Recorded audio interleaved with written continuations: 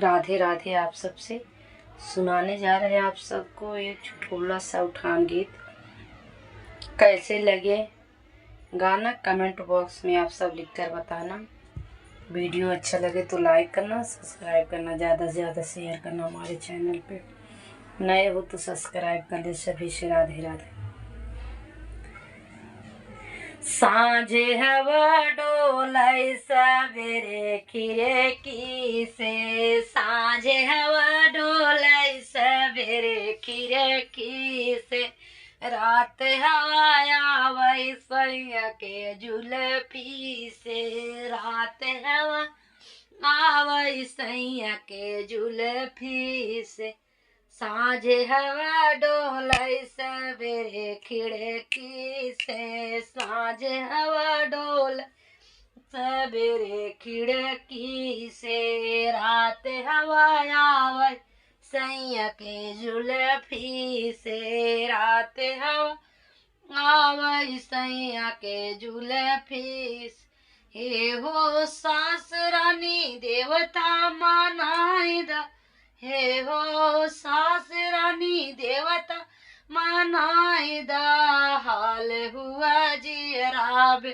हाल गर्मी से, हाल हुआ जियराब हाल गर्मी से, रात हवा आबै सैया के जुल्फी से, रात हवा आबै सैया के जुल्फी से, साँझे हवा डोलै सवेरे खिड़की से, साँझे हवा डोलै सवेरे खिड़की से। हे हो जेठानी रानी पीपली पिसाई दा, हे हो ठानी रानी पीपली पिसाई दा, हाल हुआ जियरा बेहाल गर्मी से, हाल हुआ जियरा बेहाल गर्मी से, रात हवा आबै सैया के जुल्फी से, रात हवा आबै सैया के जुल्फी से, रात हवा आबै सैया के जुल्फी से, साँझे हवा डोलै सवेरे खिड़की से।